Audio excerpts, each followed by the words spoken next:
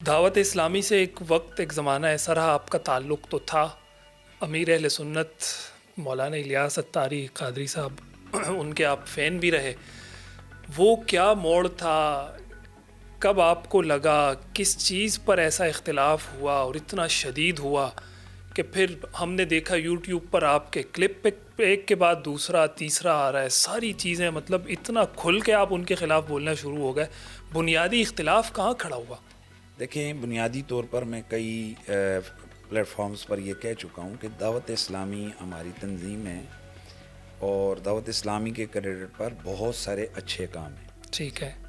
حضرت قبلہ الیاس قادری صاحب نے بڑی نیک نیتی سے اس تعلیم و تعلم کا، تبلیغ کا یہ سلسلہ شروع کیا تھا، لیکن آپ کو پتہ ہے کہ بہت ساری تنظیمیں، آغاز ان کا کچھ ہوتا ہے، درمیان میں کچھ ایسے لوگ حملہ آور ہوتے ہیں جس کی وجہ سے وہ اصل مقصد سے جب وہ ہٹتی ہیں تو آج آپ تبلیغی جماعت کو دیکھ لیجئے، صحیح، کیا بڑے بڑے علماء دیوبند تبلیغی جماعت پر تنقید نہیں کر رہے ہیں؟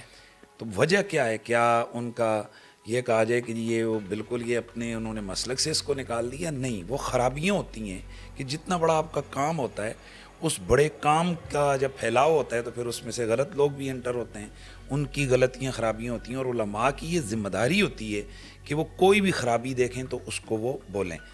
اسی طرح یہی ہمارا بھی قصور ہے کہ ہم نے دیکھا ہے کہ دعوت اسلامی میں کچھ ایسے لوگ جو مرکز پہ قابض ہوئے ہیں کہ عملی طور پر الیاس قادری صاحب کو جنہوں نے یرغمال بنا کے رکھا ہوا ہے، اور میں کھل کھلا کر ان کا نام لیتا رہا ہوں، اب بھی لے رہا ہوں، عمران اتاری ہے، حبیب اتاری ہے، یہ اینڈ کمپنی ہے، انہوں نے ہر وہ طریقہ راستہ اختیار کیا جو بالکل شریعت سے متصادم ہے۔ یہ لوگ شریعت سے متصادم؟ جی بالکل، منی لانڈرنگ کے لیے وجہ سے ان پر دنیا کے کئی ملکوں میں بین ہے۔ اب مجھے یہ بتائیں کہ دعوت اسلامی کی ایک تبلیغی جماعت ہے، اس کے اتنے بڑے لوگوں کا کیا کام ہے کہ اربوں روپے کی منی لانڈرنگ کریں؟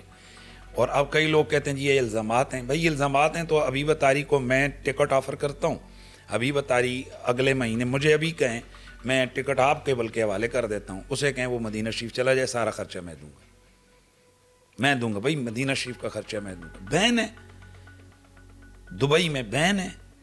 اور پھر ظلم یہ ہے کہ یہ جو عوام کروڑوں روپے زکوٰۃ کے، خیرات کے ان کو دے رہے ہیں، یہ کوئی اپنے والد صاحب کے گھر سے نہیں لا رہے ہیں، یہ وہ کروڑوں روپیہ اس کو اللہ تللے پر یہ لوگ اڑا رہے ہیں۔ مثلا اسی بین سے ہٹنے کے لیے اسی حبیب اتاری نے کروڑوں روپے کی آفر اسلام آباد اور پنڈی کی شخصیات کو کی۔ ہم ادھر رہتے ہیں بھائی، ہمیں ایک جب وقت آئے گا تو ہم ایک نام بتائیں گے، اور اینڈ یہ ہوتا ہے یہ بھی 3 طلاقیں اٹھائے معلق میں بھی اٹھاتا ہوں، بات ختم ہو گئی۔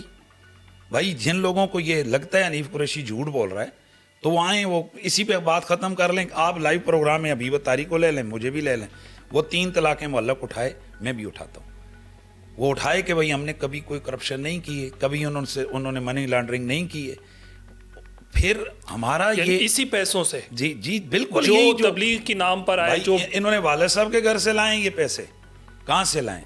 پھر ان کے ساتھ جو لوگ، اگر وہ کہہ دیں ہمارے کام کاروبار ہیں، بزنس ہیں، ارے بھائی آپ اربوں روپیہ، اچھا چلیں وہ بھی آ گئے، تو ایک آدمی ہے جو سفر کر رہا ہے، وہ دعوت اسلامی کے اس پہ کر رہا ہے، تو پھر یہ بتائیں کہ وہ اس مرکز میں کیا لے رہا ہے؟ کیونکہ اب حبیب اتاری کوئی شے نہیں ہے، الیاس قادری صاحب ذاتی کوئی چیز نہیں ہے، وہ جب بھی پہچانے جائیں گے وہ دعوت اسلامی کی وجہ سے پہچانے جائیں گے۔